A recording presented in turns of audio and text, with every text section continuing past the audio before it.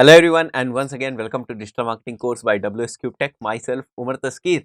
Guys last के videos में हम लोगों ने बहुत सारी चीजें ऑन पेज से रिलेटेड सीख ली, कुछ प्लगइन्स को भी हम लोगों ने देखा, किस तरीके से हम दूसरों के ब्लॉग्स को रिसर्च करेंगे, उसको भी हम लोगों ने देखा, किस तरीके से उबर सजेस्ट को यूज करेंगे, किस तरीके से हम लोग गूगल कीवर्ड प्लान को यूज करेंगे, कीवर्ड जिस वक्त रिसर्च करते हैं कौन सी चीज इंपॉर्टेंट है, प्राइमरी कीवर्ड्स क्या होते हैं, सेकेंडरी कीवर्ड्स क्या होते हैं, किस तरीके से इनको रखेंगे और किस तरीके से हम लोग एक ब्लॉग कंटेंट बनाते हैं, एक कंटेंट किस तरीके से ब्लॉग का बनाते हैं, इन सारी चीजों को हम लोगों ने देख लिया। सो गाइस यहाँ पर आप देख सकते हो ये वही जो है ब्लॉग कंटेंट है, जो एक परफेक्टली रिटन ब्लॉग कंटेंट है। अगर हम इसके बीच में जाएं यहाँ पर तो ये सारे जो कंटेंट है, ये सारी चीजें हम लोग यहाँ पर डाल सकते हैं। जैसे लिखा हुआ है यहाँ पर ना, पैराग्राफ में कंटेंट डालना है, डेटा एनालिसिस के ग्राफ, एक्सेल का भी स्क्रीनशॉट आप डाल सकते हैं, ग्राफ्स एंड इमेजेस, पीपीटी का स्क्रीनशॉट डाल सकते हैं आप लोग। तो ये सारा मैंने यहाँ पर कंटेंट का टाइप लिखा है जो आप चीजें कर सकते हैं। ठीक है, तो ये सारी चीज़ें करेंगे और उसके बाद आप इस टाइप से जो आपका ब्लॉग है वो आप यहाँ पर लिख देंगे, राइट। तो मैं एक बार इसको ओपन करता हूँ, ठीक है। जो हम लोगों का ब्लॉग है उस सेक्शन को हम लोग ओपन करते हैं। अभी भी कुछ चीज़ें हैं जो हम लोगों को ध्यान देने की ज़रूरत है। तो एक बार मैं यहाँ पर ब्लॉग के ऊपर आ जाता हूँ और जो कंटेंट हम लोगों ने लिखा हुआ है उसके ऊपर वापस आते हैं हम लोग। तो फीचर्ड इमेज वगैरह तो हम लोगों ने यहाँ पर सब जो है वो यूज़ कर ली है, ठीक है। जो भी फीचर्ड इमेज वगैरह थी हमारी वो हमने यूज़ कर ली। यहाँ पर टेबल ऑफ कंटेंट भी हमने डाल दिया। बट जो कुछ और इंपॉर्टेंट चीज़ें हैं वो मैं यहाँ पर पॉइंट वाइज आपको बताता हूँ। तो जो पहली इंपॉर्टेंट चीज़ है गाइस वो है हमारे इमेज का ऑल टेक्स्ट, ठीक है। जो हमारा इमेज है उसका ऑल टेक्स्ट हमें यहाँ पर ज़रूर यूज़ करना है। यानी कि अगर आप कोई इमेज लगा रहे हो तो उसका अल्टरनेटिव टेक्स्ट होना चाहिए। ऐसे नॉर्मली आपको इमेजेस नहीं रखनी है, ठीक है। अल्टरनेटिव टेक्स्ट गाइस क्या होते हैं कि जैसे अगर इमेज ना लोड हो पाए तो वो ऑल टेक्स्ट जो है या अल्टरनेटिव टेक्स्ट जो है वो वहाँ पर शो हो जाए। This is basically image all text. तो इसको आप जो है वो इम्प्लीमेंट करेंगे, इसको आप यूज़ करेंगे, पहली चीज़। दूसरी चीज़ जो है वो है इम्पोर्टेंस ऑफ इंटरनल लिंक्स। ऐसा नहीं है कि आप इंटरनल लिंक्स को नहीं यूज़ करेंगे, इंटरनल लिंक्स बहुत ही ज़्यादा इंपॉर्टेंट है और आपको इंटरनल लिंक्स को भी यूज़ करना है। और थर्ड जो चीज़ है वो योस्ट प्लगइन को यूज़ करके गाइस हम लोग को क्या करना है, योस्ट प्लगइन को यूज़ करके हमें टाइटल एंड डिस्क्रिप्शंस को करना है। तो ये तीन चीज़ें हैं जो हम लोग इस स्पेसिफिक वीडियो में कवर करने की कोशिश करेंगे। तो सबसे पहले इमेज का ऑल टेक्स्ट। तो इसके लिए गाइस हमें क्या करना होता है, जिस वक्त आप इमेज लगा रहे होते हैं उसी वक्त ही आपको ऑप्शन मिलता है। तो फॉर एग्जांपल जैसे मैं आ जाता हूँ एडिट पोस्ट के ऊपर और मैं कोई इमेज जो है अगर मैं अपनी पोस्ट में इंसर्ट कर रहा हूँ तो इमेज के इंसर्ट करने के टाइम ही वो आपसे पूछता है कि आप जो है इसको बेसिकली इसका जो ऑल टेक्स्ट है वो आप मेंशन कर दें, राइट गाइस। तो मैं इसको कर देता हूँ एक बार के लिए, हम लोग इसको ओपन करते हैं, ठीक है। और यहाँ पर मैं सेटिंग वाले पार्ट को भी ओपन कर देता हूँ। ओके, सो फॉर एग्जांपल मुझे कहीं पर भी एक इमेज इंसर्ट करनी है और मुझे यहाँ पर मैं मान लेता हूँ यहाँ पर मुझे इमेज इंसर्ट करनी है। तो मैं एक बार प्लस करूँगा और यहाँ पर गाइस मैं कर देता हूँ इमेज, ठीक है। यहाँ पर मैं इमेज कर देता हूँ। ओके, हेयर इट इज़, ठीक है।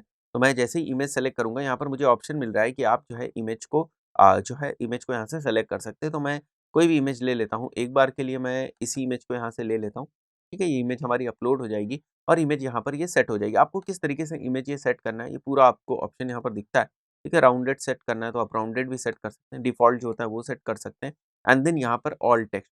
तो ऑल टेक्स्ट का मतलब ये होता है कि हमारी इमेज किस बारे में वो हमें लिखना पड़ेगा। तो यहाँ पर मैं अपना कीवर्ड भी डाल सकता हूँ, स्कोप ऑफ डिजिटल मार्केटिंग।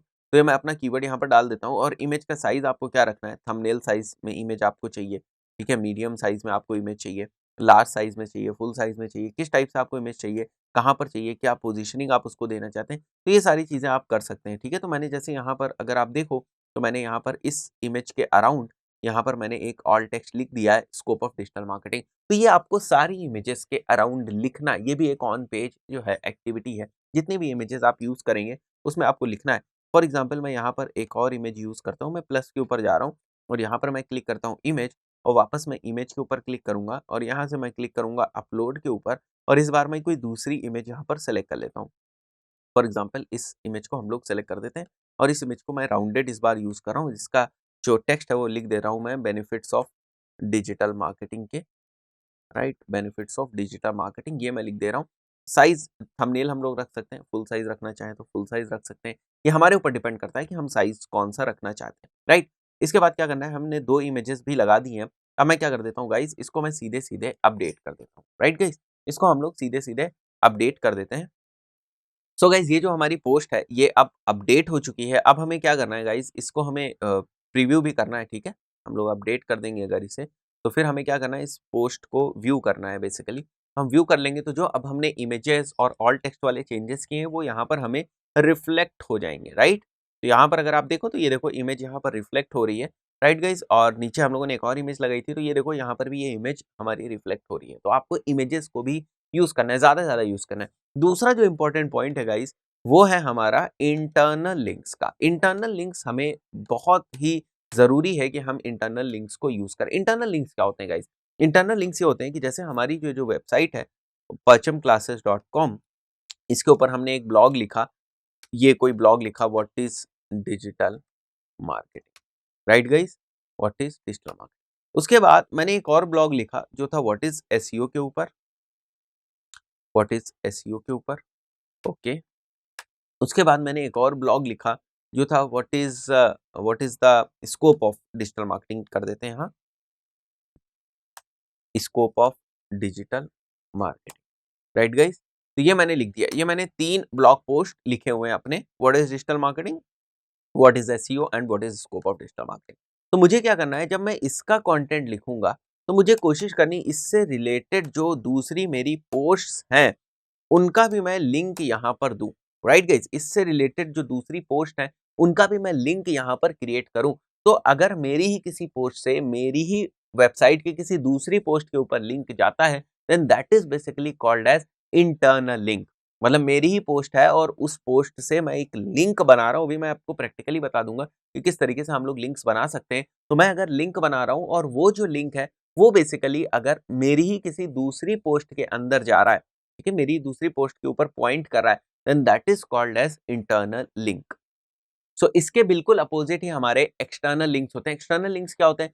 इस केस में हमारी पोस्ट के ऊपर लिंक तो होता है, मतलब लिंक तो हमारी पोस्ट के ऊपर है, बट वो हमारी ही किसी दूसरी पोस्ट के ऊपर नहीं जाएगा बल्कि किसी दूसरी वेबसाइट की किसी दूसरी पोस्ट के ऊपर जाएगा, ठीक है। तो जब डोमेन्स चेंज हो जाते हैं then that is basically external linking. जब डोमेन सेम रहते हैं then that is basically internal linking.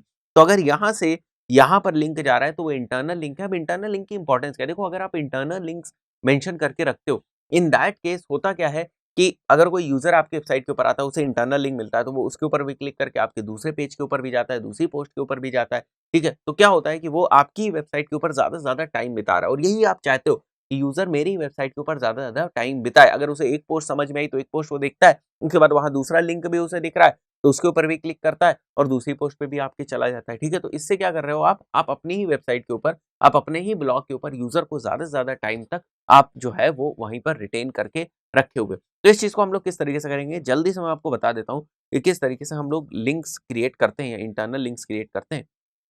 तो फॉर एग्जाम्पल मुझे इसके ऊपर इंटरनल लिंक क्रिएट करना है, न्यू जनरेशन ऑफ कम्युनिकेशन। इसके ऊपर कोई क्लिक करे तो किसी दूसरे पेज के ऊपर जाए, तो यहाँ पर मैं इसको सेलेक्ट कर लूंगा और यहाँ देखो ये आप लिंक का ऑप्शन दिख रहा है, लिंक कर देंगे और किस के ऊपर करना है वो यहाँ सेलेक्ट कर लेंगे, दैट्स इट।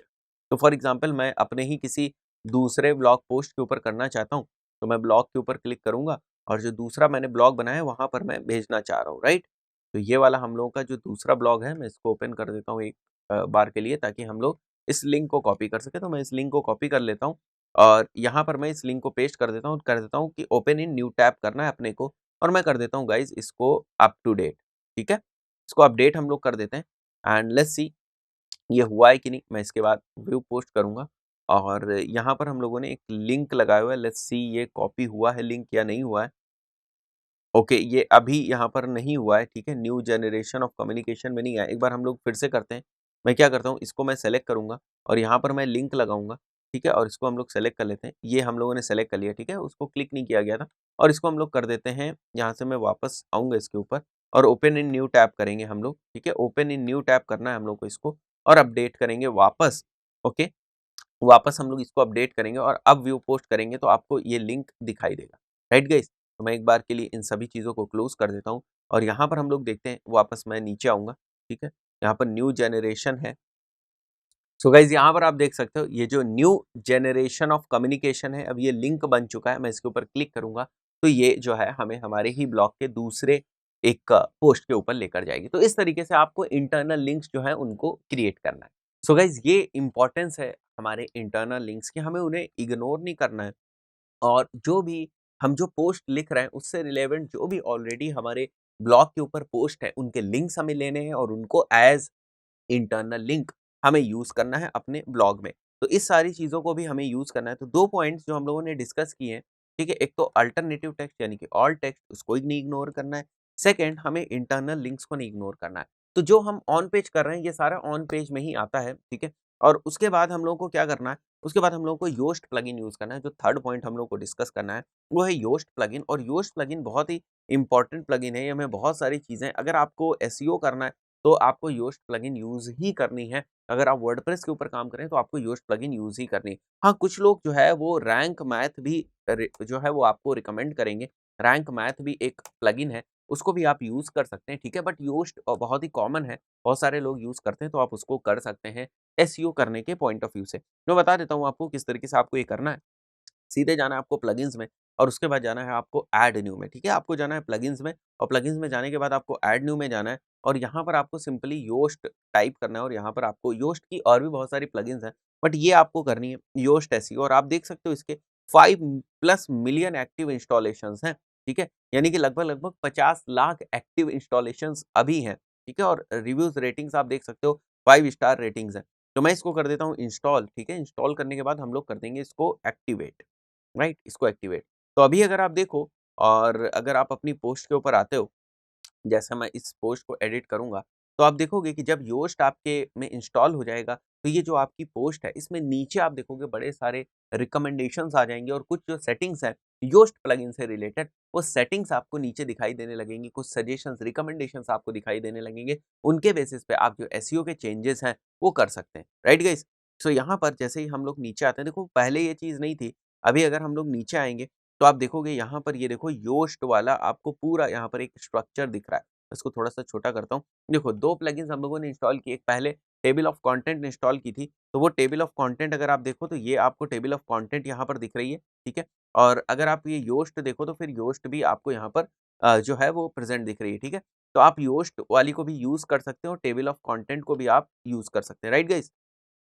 सो ये दोनों प्लगइन्स हमें सबसे नीचे यहाँ पर दिखाई देने लगती हैं। तो हम लोग को क्या करना है गाइज़, ये योस्ट वाली प्लगइन्स को हम लोग समझ सकते हैं, यूज़ कर सकते हैं, किस तरीके से हम लोगों को योस्ट की प्लगइन को यूज़ करना है। तो एक बार आप देखोगे तो यहाँ पर अभी आपको ये शो हो रही है। तो गाइज़ यहाँ पर आप देख सकते हो ये जो हमारा ब्लॉग है और यहाँ राइट साइड में आपको योस्ट दिख रहा है, ठीक है? तो आपको सिंपली योस्ट पे क्लिक करना है और ये सारी जो चीज़ें हैं, आप जैसे गूगल प्रीव्यू आपको दिख रहा है, ठीक है? तो आप देख सकते हो कि किस तरीके से जो आपका टाइटल है, वो वहाँ पर शो होगा, किस तरीके से आपका जो डिस्क्रिप्शन है, वो यहाँ पर शो होगा। तो आप इनको चेंज भी कर सकते हो, ठीक है? बहुत ही सिंपल है, आप इनको चेंज भी कर सकते हो। जैसे मैं गूगल प्रीव्यू पे आता हूँ यहाँ पर, तो आप देखो ये गूगल प्रीव्यू में हमें दिखा रहा है कि हमारे टाइटल में क्या-क्या आएगा। टाइटल, पेज, सेपरेटर और साइड टाइटल, ये सारी चीज़ें हमारे में शो होंगी। तो यहाँ पर देखो टाइटल जो है हमारा वो शो हो जाएगा, फिर यहाँ पर देखो सेपरेटर आ गया बीच में और उसके बाद हमारा जो साइड टाइटल है वो शो हो रहा है। और उसके बाद डिस्क्रिप्शन, जो हम डिस्क्रिप्शन लिखना चाहें तो मैं लिख सकता हूँ यहाँ पर, जैसे डब्ल्यूएस क्यूब, जो मैंने आपको बताया था किस तरीके से लिखना है। WS Cube Tech is a software company which provides services related to SEO, digital marketing and content marketing, right? तो मैंने लिखा है यहाँ पर, ठीक है? और हम लोग कर देते हैं इसको क्लोज़, राइट? इसको हम लोग कर देते हैं क्लोज़। तो फाइन गाइज़, यहाँ पर इस तरीके से आप चाहो तो जो आपका टाइटल है और जो आपका डिस्क्रिप्शन है उसको लिख सकते हो और मैं कर देता हूँ इसको एक बार अपडेट। और भी बहुत सारी चीज़ें हैं जो यहाँ पर योस्ट प्लगइन हमको बताता है। तो हर पेज पे, हर ब्लॉग पे, जिस पे भी आप जाओगे, आपको इसी टाइप से दिखाई देगा योस्ट प्लगइन, राइट? तो यहाँ पर रीडेबिलिटी एनालिसिस में जाएँगे आप, जो ग्रीन है वो ठीक है, बट जो रेड है उन पे हमें काम करने की ज़रूरत है। और यहाँ पर हम लोग आ जाते हैं एसईओ एनालिसिस में, तो यहाँ पर देखो रेड में बहुत सारी जो चीज़ें हैं जिन पे हमें काम करने की ज़रूरत है। इंटरनल लिंक्स हम लोगों ने इंसर्ट कर दिए थे, तो यहाँ पर दिखा रहा है अगर हम इंटरनल लिंक्स ना इंसर्ट करते, तो हमें ये जो पोर्शन है ये भी रेड दिखाता। तो ये वो सारे फैक्टर्स लेता है कि जो आपका मेटा डिस्क्रिप्शन है उसकी लेंथ कितनी होनी चाहिए, इमेज ऑल्ट एट्रीब्यूट्स आपको यूज़ करने हैं, एसईओ टाइटल विड्थ कितनी होनी चाहिए, की फ्रेज कितना होना चाहिए, आउटबाउंड लिंक्स जो है हम लोगों ने नहीं यूज़ किए हैं, मतलब किसी दूसरी वेबसाइट को पॉइंट करते हुए हम लोगों ने लिंक्स नहीं यूज़ किए हैं, उसे भी हमें यूज़ करना है। टेक्स्ट लेंथ कितनी होनी चाहिए, वो 6 टू 22 वर्ड्स की है, जो कि एक ठीक लेंथ है। तो ये सारी जो चीज़ें हैं, ये एनालिसिस हमें करके देता है, जो जहाँ पर हमारे पास इम्प्रूवमेंट्स के स्कोप है, वो इम्प्रूवमेंट्स के बारे में बताता है। मैं थोड़ा-सा ज़ूम कर लेता हूँ इसको और इसको हम लोग थोड़ा-सा मिनिमाइज़ करते हैं। तो ये आप देख रहे हो अलग-अलग चीज़ें हैं, रीडेबिलिटी एनालिसिस है, एसईओ एनालिसिस है, ऐड रिलेटेड की फ्रेजेस जो अगर आपको ऐड करने हैं तो उनको भी आप कर सकते हो। और जो प्लगइन है ये बेसिकली 2 तरीकों से अवेलेबल है। मतलब ये प्लगइन फ्री में भी अवेलेबल है और ये प्लगइन पेड में भी अवेलेबल है। और उसके बाद कॉर्नरस्टोन कंटेंट है, ठीक है? तो इसकी अभी हम लोगों को ज़रूरत नहीं है। हम लोगों को जो ज़रूरत थी वो योस्ट एसईओ को बेसिकली यूज़ करने के लिए वो ज़रूरत थी हमें टाइटल और डिस्क्रिप्शन के पॉइंट ऑफ व्यू से यूज़ करने के लिए। तो इस स्पेसिफिक पेज के लिए, इस स्पेसिफिक ब्लॉग पोस्ट के लिए जो हमें टाइटल यूज़ करना है वो हम लोगों ने यूज़ कर लिया। यहाँ पर आप देखो टाइटल ये हमारा और डिस्क्रिप्शन हमने ये यूज़ कर लिया और हमने कर दिया इसको अपडेट। तो ऑन पेज के बहुत सारी चीज़ों को हम लोग कवर कर चुके हैं और किस तरीके से योस्ट को यूज़ करते हैं, इसको भी हम लोगों ने देख लिया। गाइज़ इस पर्टिकुलर वीडियो में इतना ही, मिलते हैं नेक्स्ट वीडियो में, टिल देन गुड बाय।